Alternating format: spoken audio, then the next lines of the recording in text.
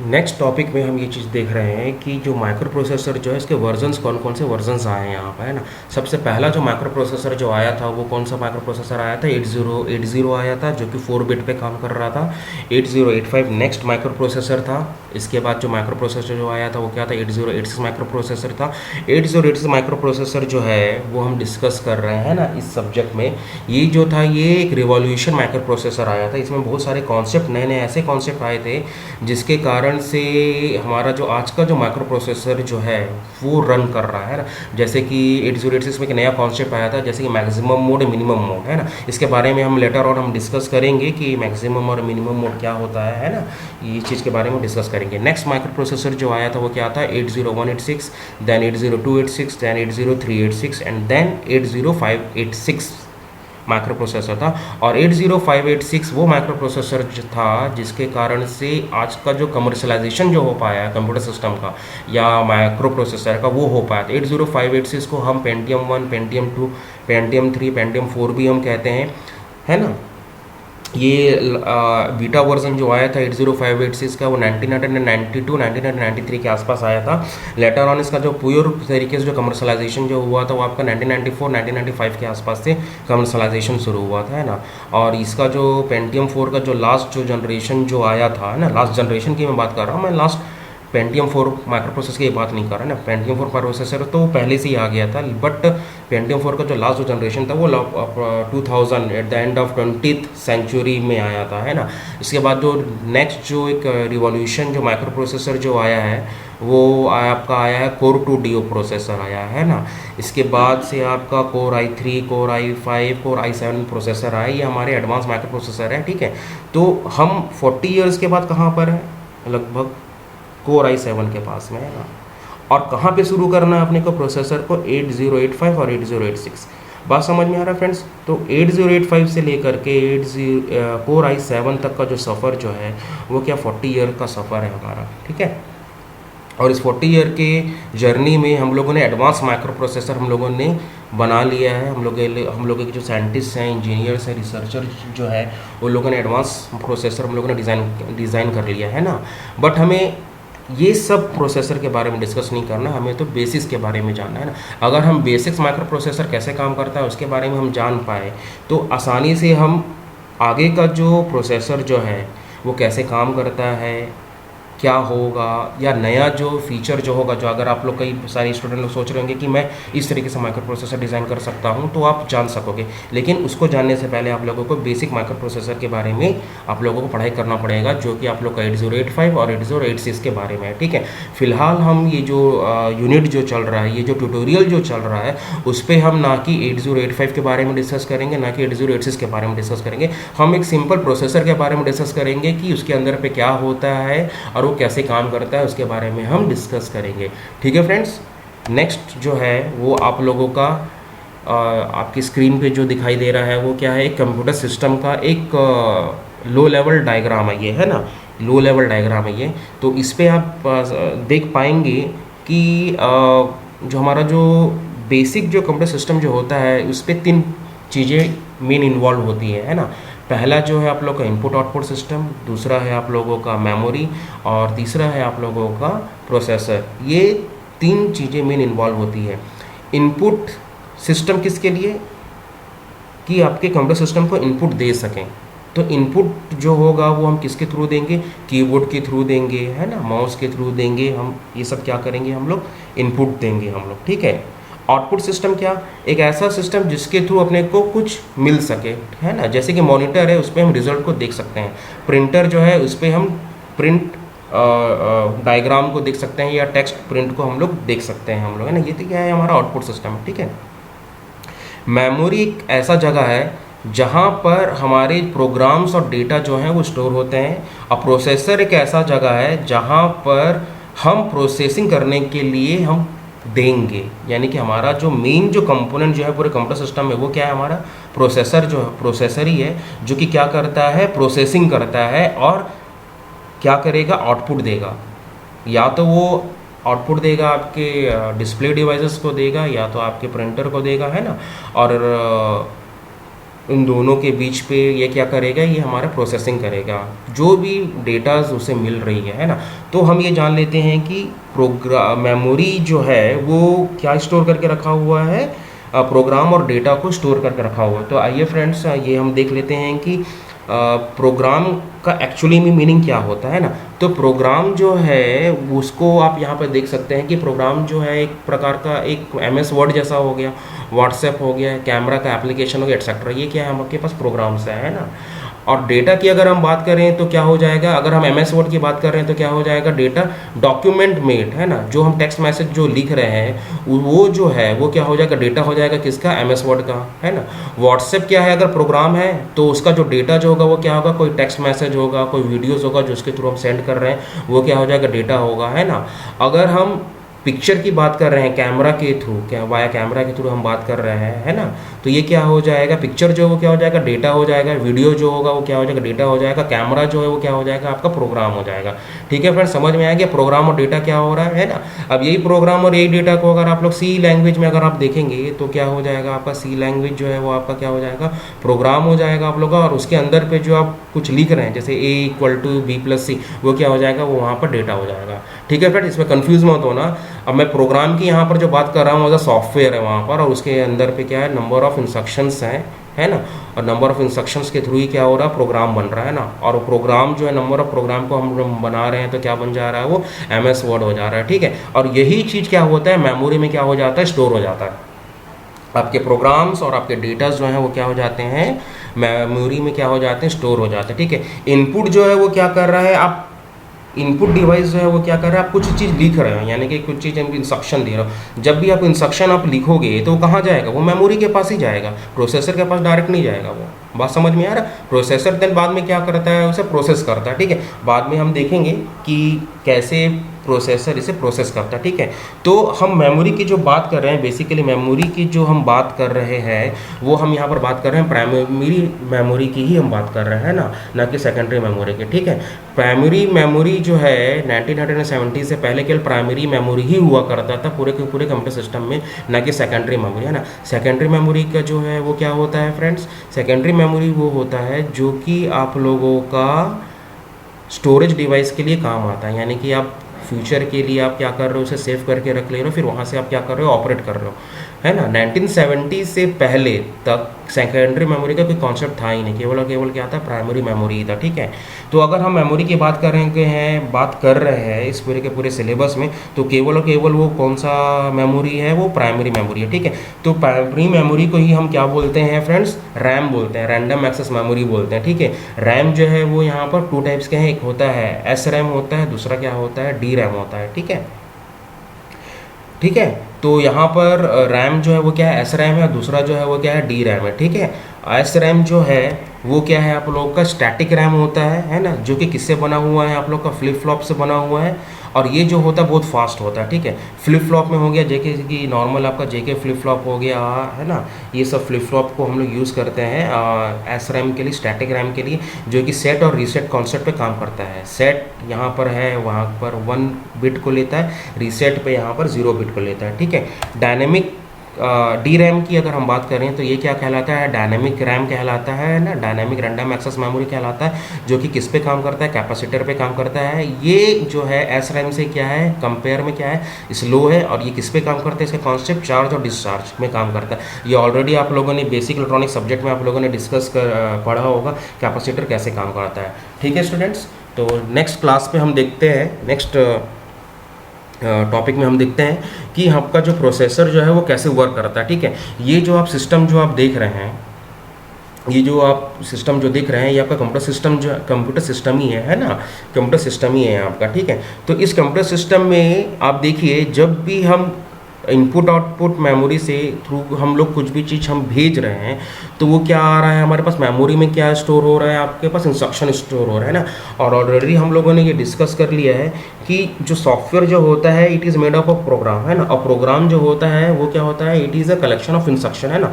तो बहुत सारे इंस्ट्रक्शन क्या हो रहे हैं फ्रेंड्स, हमारे मेमोरी में क्या हो जा रहे हैं, स्टोर हो जा रहे हैं। ठीक है, तो प्रोसेसर जो है वो कैसे काम कर रहा है, देखिए फ्रेंड्स, सबसे पहले प्रोसेसर क्या कर रहा है, फैच करता है। फैच किसको करेगा, फैच आपका जो इंस्ट्रक्शन जो है उसके आपको क्या करेगा, फैच करेगा। कहाँ से फैच कर रहा है, मेमोरी से फैच कर रहा है, ठीक है। जैसे कि आप यहाँ पर देख सकते हैं कि एक पहला इंस्ट्रक्शन जो है वो यहाँ पे आ गया है, प्रोसेसर के पास आ गया है, ठीक है।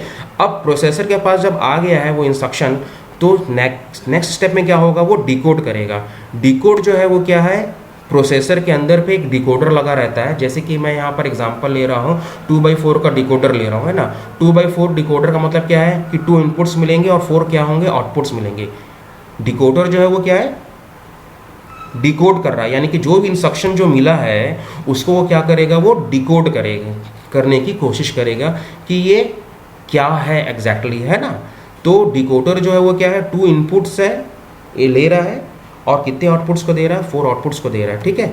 इसके बाद देखिए कि डिकोडर जो है एक्चुअली में है क्या चीज़, है ना। डिकोडर मशीन पे जो उसे जो मिल रहा है, डिकोडर जो सर्किट जो है उसमें जो उसे मिल रहा है वो एक्चुअली में क्या मिल रहा है उसको, एक्चुअली में उसे जो मिल रहा है वो उसे मिल रहा है ऑपकोड मिल रहा है ना। यानी कि ये ऑपकोड जो है वो क्या है आप लोगों का 0101110, इस टाइप का एक रैंडम एक बाइनरी नंबर है, उसे वो मिल रहा है डिकोडर, है ना। और इसी ऑपकोड को उसे समझना है।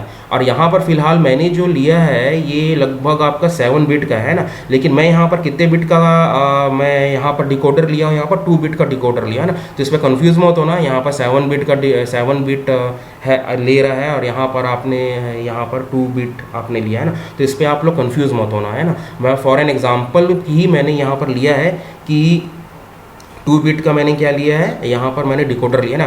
2 बिट का मैंने डिकोडर लिया है तो कितने आउटपुट्स मुझे मिलेंगे, यहाँ पर 4 आउटपुट्स मिलेंगे। यानी कि 2 अगर मैं कर रहा हूँ तो मेरे को टोटल आउटपुट्स कितने मिलेंगे, यहाँ पर 4 आउटपुट्स मिलेंगे, ठीक है फ्रेंड्स। समझ में आ गया आप लोगों को, ठीक है। बट जो ये मेमोरी जो है, मेमोरी में जो इंस्ट्रक्शन जो मिल रहा है ये ऑलरेडी ये कौन से मोड में है, ये 010111, यानी कि बाइनरी ऑपरेशन पे ही है, बाइनरी नंबर पे ही है। हम जो इंस्ट्रक्शन जो लिख के दे रहे हैं वो कौन से लैंग्वेज पे लिख के दे रहे हैं, HLL, हाई लेवल लैंग्वेज में हम लोग लिख के दे रहे हैं ना। High level language of course आप लोग C या C++ में आप लोगों ने काम किया होगा, है ना। उसके बारे में मुझे बताने की ज़रूरत नहीं है ना। तो ये आप लोगों ने काम किया होगा, उसको आप दे रहे हैं। और लो लेवल लैंग्वेज जो है वो क्या है आप लोगों का 01010101, है ना।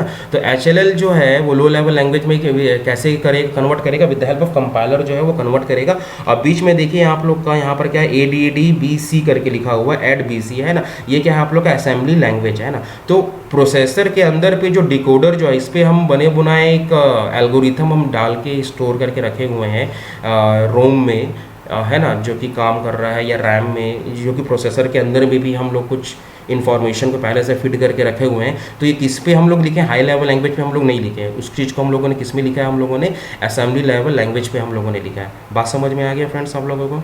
असेंबली लेवल लैंग्वेज को हम लोगों ने कहाँ पर रखा है, पहले से प्रोसेसर के अंदर पे पहले से रखा है। वहाँ पर हाई लेवल लैंग्वेज काम नहीं आता है। वहाँ पर कौन सा लैंग्वेज काम आता है, असेंबली लेवल लैंग्वेज काम आता है। जब प्रोसेसर का मतलब ये नहीं कि केवल वहाँ पर हार्डवेयर है। मैंने स्टार्टिंग में बोला था कि हार्डवेयर कब काम कर रहा है आपका, प्रोसेसर कब काम कर रहा है, जब आपको प्रोग्रामिंग की ज़रूरत पड़ रही है, यानी कि आपको सॉफ्टवेयर की ज़रूरत पड़ रही हो।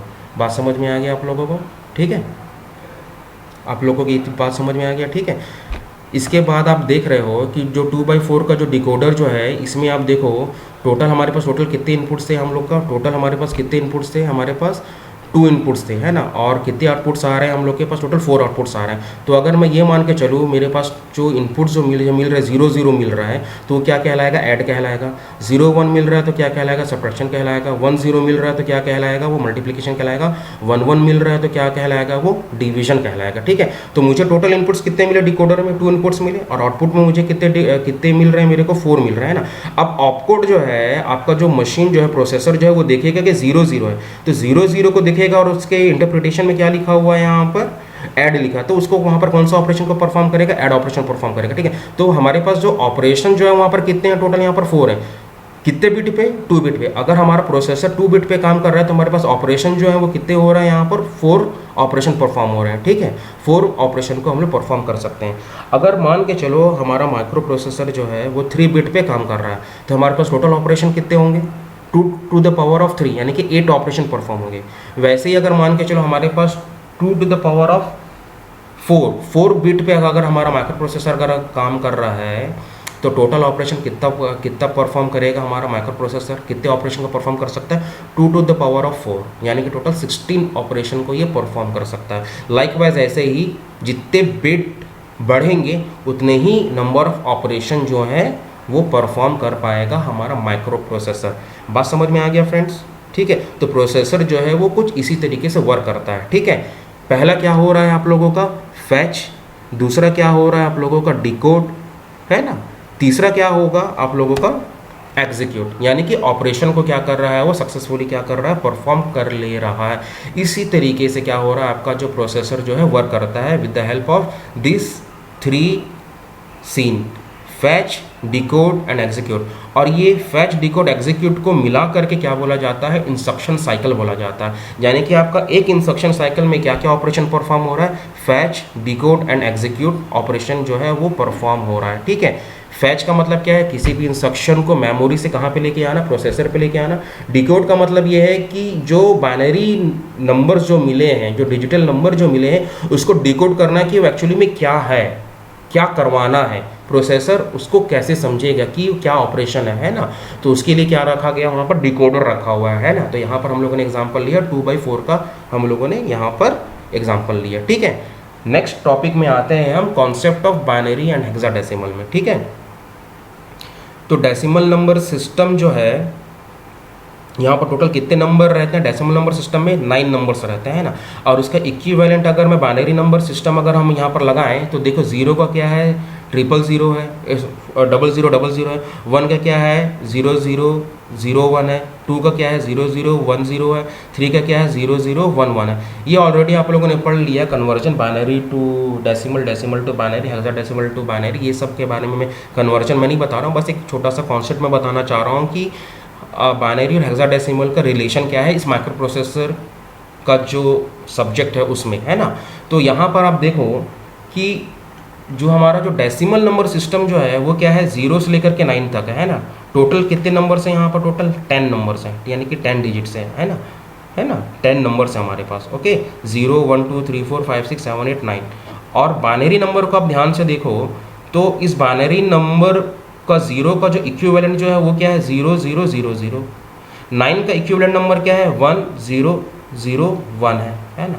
अब ध्यान से देखो आप, ध्यान से देखिए आप कि जो बाइनरी नंबर जो है उसके के पूरे जो फील्ड हैं वो फिल नहीं हो पाए, है ना। हमें जो बाइनरी नंबर पे जो कॉम्बिनेशन जो मिल रहा है वो कितने का कॉम्बिनेशन मिल रहा है, टोटल कितने कॉम्बिनेशन मिल रहा है, देखो यहाँ पर 10 नंबर कॉम्बिनेशन मिल रहा है ना। लेकिन हम चाहें तो बाइनरी नंबर को 1 1 1 1 करके भी फिल कर सकते हैं।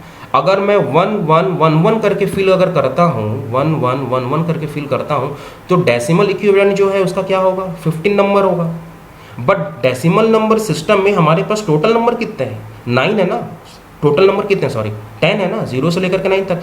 15 तो एग्जिस्ट करता ही नहीं है डेसिमल नंबर सिस्टम में। जो 15 है वो तो हम इस डेसिमल नंबर सिस्टम जो दिया हुआ है 0 से लेकर 9 तक वहाँ से बनाए ना 15 को। 15 तो डेसिमल नंबर सिस्टम में अंदर में आता ही नहीं है। डेसिमल नंबर सिस्टम में क्या है, 0 से लेकर के 9 तक है ना। अब बाइनरी नंबर का अगर मैं पूरे के पूरे फील्ड को अगर मैं फिल कर देता हूँ, ये 4 बिट को अगर मैं फिल कर देता हूँ 1 1 1 1, तो ये equivalent binary decimal number system जो बनेगा इसका क्या है, 15 है।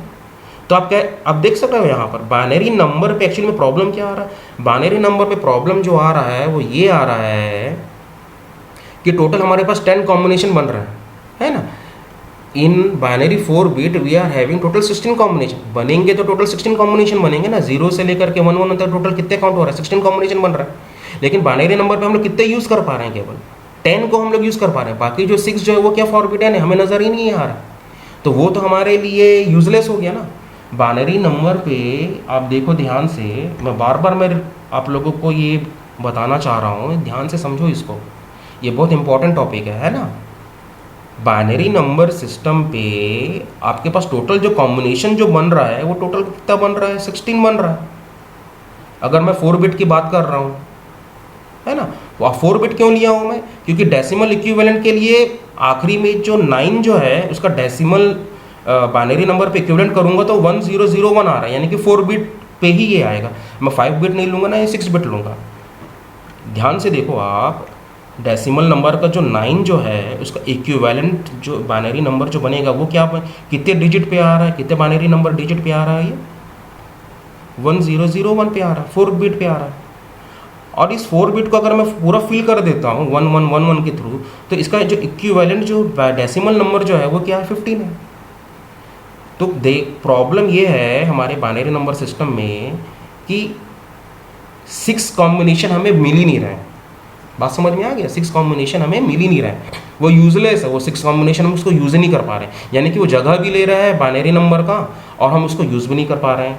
तो है ना, ये बात समझ में आ गया? तो इसीलिए हम लोग हेक्साडेसिमल नंबर को क्या करते हैं, हम लोग यूज़ करते हैं। ये क्या करता है, ज़्यादा से ज़्यादा इन्फॉर्मेशन देता है और लेस स्पेस लेता है। उतने ही स्पेस पे हम ज़्यादा से ज़्यादा इन्फॉर्मेशन को क्या कर सकते हैं, हम लोग उसको यूज़ कर सकते हैं। ठीक है, हेक्साडेसिमल नंबर सिस्टम में देखो 0H 1H 2H 3H 4H 9H, AH आपका 10 है, FH आपका क्या है 15 है ना।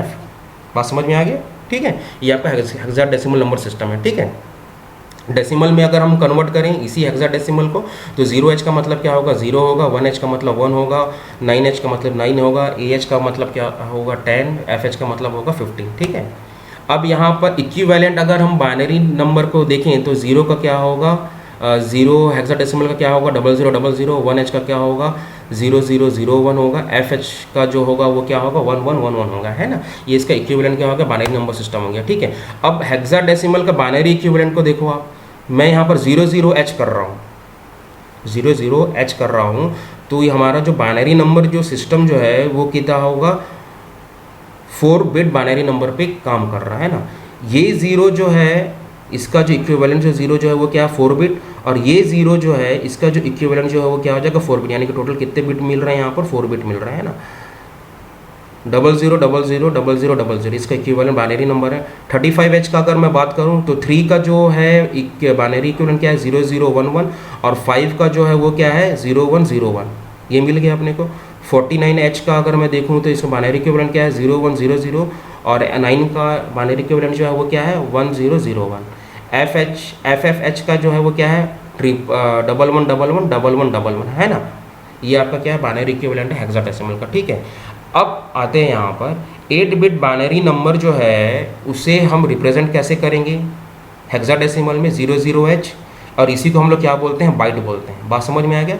अगर आप लोगों को 8 बिट बाइनरी नंबर मिलता है तो आप लोगों को कन्वर्ट करना है हेक्साडेसिमल में, तो उसे हम कैसे लिखेंगे, उसे हम लिखेंगे 00H के थ्रू, और 00H का बाइनरी इक्विवेलेंट जो है वो क्या है 4 टाइम्स 0 यानी कि टोटल 8 बिट 0 रहेगा वहाँ पर।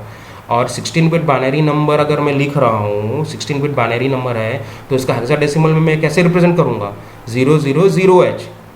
बात समझ में आ गया? और इसी को हम लोग क्या बोलते हैं, वर्ड बोलते हैं। हम लोग इसको क्या बोलते हैं, इसको हम लोग वर्ड बोलते हैं। ठीक है, नेक्स्ट टॉपिक जो है वो क्या है हमारा पावर ऑफ 2 है ना। पावर ऑफ 2 का ध्यान हम लोग देखते हैं। पावर ऑफ 2 जो है वो क्या है ना, 2 टू द पावर ऑफ 0 जो है वो क्या कहलाएगा 1 कहलाएगा, 2 टू द पावर ऑफ 1 क्या है 2 कहला रहा है, 2 टू द पावर ऑफ 2 जो है वो क्या कहला रहा है 4, 2 to the power of 3 8, 2 to the power of 4 16, 2 to the power of 5 32, 2 to the power of 6 64। ऐसी करते करते हम कहाँ पे आ गए, 2 टू द पावर ऑफ 9 क्या कितना बिट कहलाएगा ये 512 bit. 2 to the power of 10 अगर होता है तो क्या हो जा रहा है यहाँ पर 1024 कहला रहा है।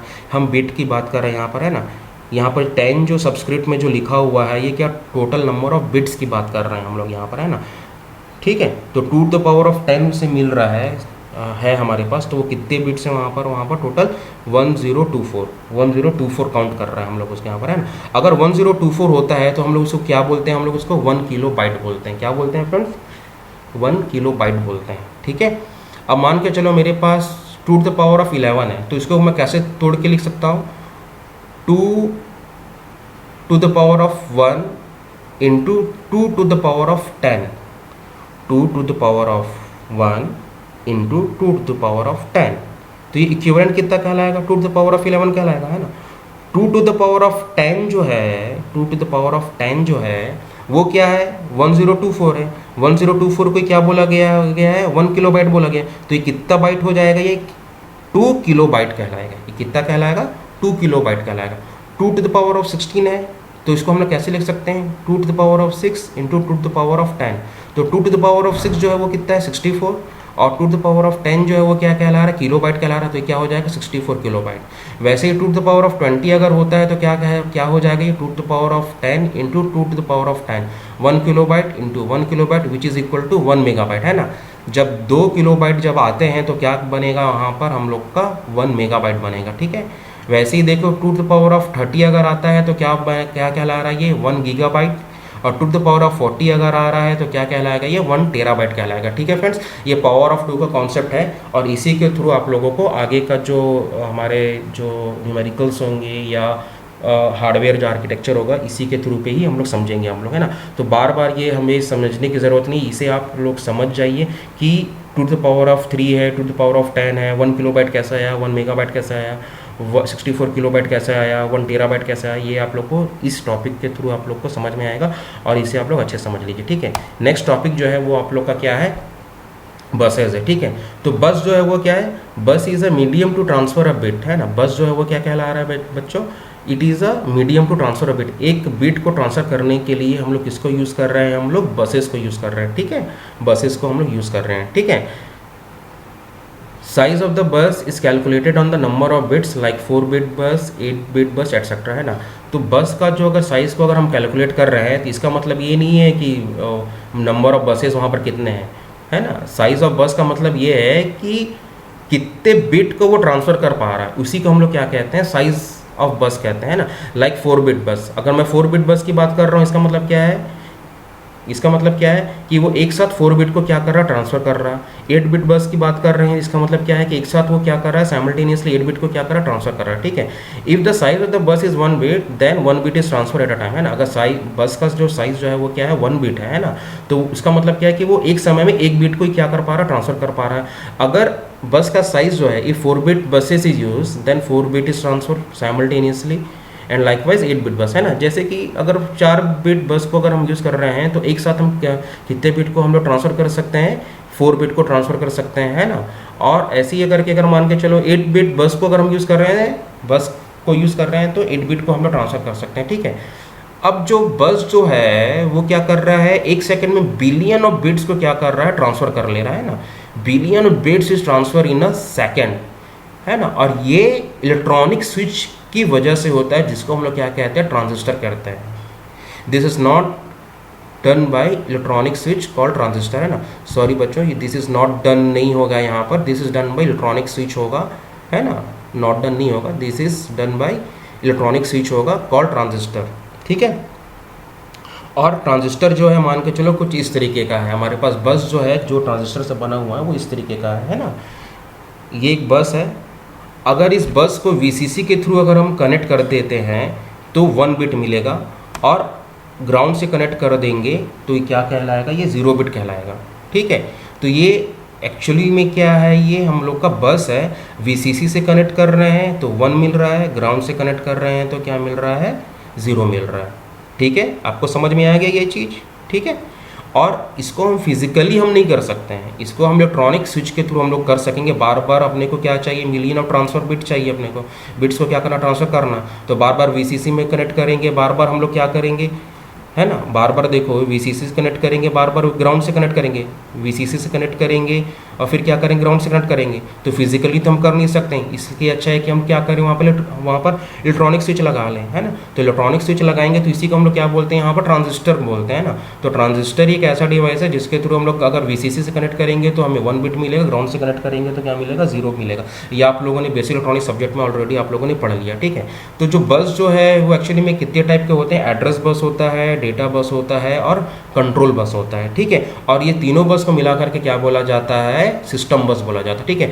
एड्रेस बस, डेटा बस, कंट्रोल बस को कंबाइन करके क्या बोला जाता है फ्रेंड्स, सिस्टम बस बोला जाता है, ठीक है। तो बस कैसे काम करता है उसके बारे में हम लोग यहाँ पर देख लेते हैं। माइक्रो प्रोसेसर जो है, माइक्रो प्रोसेसर जो है वो किससे कनेक्टेड है, यहाँ पर मेमोरी से कनेक्टेड है। यहाँ पर 4000 जो आप देख रहे हो वो यहाँ पर क्या है, मेमोरी एड्रेस है 4000 का, और यहाँ पर कोई डेटा है 25 का, है ना। तो माइक्रो प्रोसेसर जो है सबसे पहले क्या कर रहा है, एड्रेस को क्या कर रहा है, फैच कर रहा है। जैसे मान के चलो 4000 उसे मिला, है ना, 4000 एड्रेस पे कुछ चीज़ है वहाँ पर रखा हुआ है, वहाँ पर क्या रखा हुआ है, 25 रखा हुआ है, ठीक है। ध्यान से देखना बच्चों इस वीडियो को, इस टॉपिक को, क्योंकि यहाँ पर कुछ चेंजेस होंगे यहाँ पर, है ना। मैं 25 35 लिखा हूँ, डेटा 35 लिखा हूँ, 25 लिखा हूँ, इसमें कंफ्यूज मत हो रहा। मेरे वीडियोस को ध्यान से देखो, मैं जो बोल रहा हूँ उसको ध्यान से समझो आप। सबसे पहले माइक्रो प्रोसेसर जो है वो क्या कर रहा है, एड्रेस को फैच कर रहा है। एड्रेस को फैच किया तो यहाँ पर उसे क्या मिला, मान के चलो 4000 मिला, है ना। तो 4000 एड्रेस उसे मिल चुका है। फ्रेंड्स, आप लोग यहाँ पर सोच रहे हो कि एड्रेस को क्यों निकाला। आप लोग ये चीज़ मान के चलो, ये चीज़ जान लो आप लोग कि कोई भी डेटा ऑपरेशन परफॉर्म करने के लिए आप लोग को एड्रेस की ज़रूरत पड़ेगा। आप अपने दोस्त के घर जाओगे तो कैसे जाओगे, जब तक आपके पास एड्रेस नहीं होगा तब तक आप कैसे जाओगे दोस्त के पास। तब तो वहाँ पर जाकर के ऑपरेशन को परफॉर्म करोगे ना, खेलना है, प्लेइंग करना है, कि खेलना है, सोना है, वीडियो देखना है, कुछ करोगे ना, है कि नहीं। तो जब आपके पास एड्रेस ही नहीं होगा तो ऑपरेशन क्या परफॉर्म करोगे। तो माइक्रो प्रोसेसर भी वही काम करता है। माइक्रो प्रोसेसर सबसे पहले क्या करता है, ऑपरेशन को परफॉर्म करने से पहले सबसे पहले क्या करेगा, आपके पास एड्रेस को निकालेगा, है ना। तो यहाँ पर एड्रेस जो है 4000 है, ठीक है। इसके बाद क्या कर रहा है, वो डेटा को देखो, डेटा यहाँ पर क्या कर रहा है, माइक्रो प्रोसेसर से डेटा जा रहा है, कहाँ पर, मेमोरी के पास डेटा जा रहा है। और वहाँ पर जो डेटा जो है वो क्या है, यहाँ पर 35 है। बात समझ में आ रहा है, मैंने क्या बोला, माइक्रो प्रोसेसर से डेटा जा रहा है। सबसे पहले क्या हुआ, देखो ध्यान से, एड्रेस मिला, एड्रेस को लिया मेमोरी से, है ना। और इस मेमोरी से जो एड्रेस जो लिया है, उस एड्रेस पे क्या कर रहा है माइक्रो प्रोसेसर, डेटा को क्या कर रहा है, मेमोरी पे दे रहा है, ठीक है। और वो डेटा क्या है, यहाँ पर 35 है। डेटा बस के थ्रू क्या कर रहा है, डेटा को क्या कर रहा है, दे रहा है ना। अब क्या कर रहा है, अभी ऑपरेशन परफॉर्म करेगा नहीं, जब तक उसको कंट्रोल सिग्नल नहीं मिलेगा तब तक वो ऑपरेशन को परफॉर्म नहीं करेगा, है ना। एड्रेस से उसे क्या मिला, एड्रेस मिला। डेटा बस के थ्रू क्या मिल रहा है, मेमोरी को डेटा मिल रहा है, ठीक है। अब वहाँ पर उसे डेटा मिल रहा है, मेमोरी को डेटा मिल रहा है ना। 4000 एड्रेस पे डेटा उसे मिल रहा है और डेटा का नंबर क्या है, यहाँ पर 35 है। अब यहाँ पर ऑपरेशन परफॉर्म करेगा। माइक्रो प्रोसेसर से जब डेटा मेमोरी को जब मिलता है तब वहाँ पर कौन सा ऑपरेशन परफॉर्म होता है, राइट ऑपरेशन परफॉर्म होता है। और उसी समय कंट्रोल सिग्नल एक सिग्नल भेजेगा, कंट्रोल बस एक कंट्रोल सिग्नल भेजेगा और वो ये बताने की कोशिश करेगा कि माइक्रो प्रोसेसर जो डेटा जो भेजा है मेमोरी में क्या करो, आप वहाँ पर राइट ऑपरेशन को परफॉर्म करो। बात समझ में आ गया। कंट्रोल बस का काम क्या है ना। कंट्रोल बस आखिरी में एग्जीक्यूट हो रहा है राइट ऑपरेशन के लिए, जब माइक्रो प्रोसेसर से डेटा मेमोरी में जा रहा है। तो यहाँ पर जो 25 जो लिखा हुआ है वहाँ पर राइट ऑपरेशन परफॉर्म होने के बाद क्या हो जाएगा, यहाँ पर 35 हो जाएगा, ठीक है। वहाँ पर कौन सा डेटा था पहले अपने को लेना देना नहीं। जब राइट ऑपरेशन परफॉर्म हो रहा है या कंट्रोल सिग्नल ने भेजा, कंट्रोल बस ने कंट्रोल सिग्नल भेजा और माइक्रो प्रोसेसर से मेमोरी की तरफ जा रहा है डेटा, तो वहाँ पर कौन सा ऑपरेशन परफॉर्म होगा, राइट ऑपरेशन परफॉर्म होगा। तो हमें कोई लेना देना नहीं है कि इस 4000 एड्रेस में डेटा क्या था, 25 तक या 45 तक, कोई लेना देना नहीं। माइक्रो प्रोसेसर अभी कौन सा डेटा भेजा, 35, तो वहाँ पर 35 स्टोर हो जाएगा वहाँ पर। बात समझ में आ गया, ठीक है। अब राइटिंग ऑपरेशन परफॉर्म कर रहा है तो उसका जो सीक्वेंस जो है वो क्या है, address bus, then data bus and then control bus. और जब रीड ऑपरेशन परफॉर्म करेंगे मेमोरी से, जब डेटा को रीड करना, मान के चलो ये 25 को मेमोरी जो है रीड करना चाह रहा है, तो क्या होगा, address bus, then control bus and then data bus, ठीक है। पहले एड्रेस बस आएगा कि उस एड्रेस, वो पर्टिकुलर एड्रेस कौन सा है जहाँ से डेटा को निकालना। जैसे मान के चलो 4000 एड्रेस है तो सबसे पहले एड्रेस काम करेगा, देन कौन सा बस काम करेगा, यहाँ पर कंट्रोल बस काम करेगा। कंट्रोल बस सेकंड में आ रहा है तो यहाँ पर कौन सा ऑपरेशन परफॉर्म होगा, रीड ऑपरेशन परफॉर्म होगा। और रीड ऑपरेशन परफॉर्म कर रहा है माइक्रो प्रोसेसर, तो उसे क्या चाहिए, उसे डेटा चाहिए उस 4000 से, और वो 4000 में डेटा जो है वो क्या है, 25 है। और ये 25 जो डेटा जो है वो क्या चला जाएगा, कहाँ चला जाएगा, माइक्रो प्रोसेसर के पास चला जाएगा, रीड ऑपरेशन के थ्रू माइक्रो प्रोसेसर के पास चला जाएगा, ठीक है। बात समझ में आ गया कि आपका जो बसेस जो हैं वो कैसे काम कर रहे हैं। एड्रेस बस एड्रेस को लेने के लिए, डेटा बस डेटा को लेने के लिए, है ना, और कंट्रोल बस कंट्रोल सिग्नल को भेजने के लिए। यहाँ पर एड्रेस यहाँ पर आपका जो एड्रेस बस जो है और कंट्रोल बस जो है माइक्रो प्रोसेसर कंट्रोल कर रहा है, और जो डेटा बस जो है वो कौन कंट्रोल कर रहा है, आपका मेमोरी और आपका प्रोसेसर जो है कंट्रोल कर रही है। देखो बाई डायरेक्शनल है यहाँ पर, और माइक्रो प्रोसेसर जो एड्रेस और जो कंट्रोल बस जो है वो क्या यूनिडायरेक्शनल है ना, from microprocessor to memory और control bus from microprocessor to memory. ठीक है, राइट ऑपरेशन परफॉर्म कर रहे हैं तो कैसे होगा, माइक्रो प्रोसेसर से सिग्नल जाएगा, ठीक है, और रीड ऑपरेशन परफॉर्म हो रहा है तो डेटा जो है मेमोरी से माइक्रो प्रोसेसर जाएगा। ठीक है, तो ये है आप लोग का बस ऑपरेशन। ठीक है फ्रेंड्स, तो आज की क्लास में इतना ही है। Thank you friends.